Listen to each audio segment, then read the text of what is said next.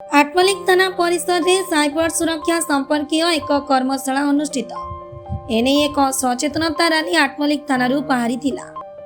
NAC परिक्रमा सारी पुणी थाना पहुंची थिला। आठमल्लिक एसडीपीओ सुशांत कुमार ताउडिया, उपजिलापाल श्रीजुक्त उपेन्द्र लुहा, बीडीओ श्री टीटस कुमार महानतिया, तहसीलदार श्रीजुक्त प्रसन्न टुटे, आठमल्लिक थाना भारप्राप्त अधिकारी श्रीजुक्त प्रकाश चंद्र माझी, ठाकुरगढ़ थाना भारप्राप्त अधिकारी शशि भूषण बेहरा, हंडापा थाना भारप्राप्त अधिकारी नमिता नायक, किशोर नगर थाना भारप्राप्त अधिकारी विभूति प्रधान, कियाकटा थाना भारप्राप्त अधिकारी अनुप तिर्की आदि थानार समस्त पुलिस कर्मचारी और वरिष्ठ नागरिक, अवसरप्राप्त सेना कर्मचारी, कॉलेज छात्र छात्री योगदान करथिले। सभारे उपजिलापाल Upendra DP fake Jamtara gang दुईटी अकाउंट व्यवहार उपरे गुरुत्व प्रदान करथिले। एसटीपी सुशांत कुमार ताउडिया साइबर ठकामीर शिकार हेले 1930 को कॉल करने जनसाधारण को अनुरोध करिसेंति।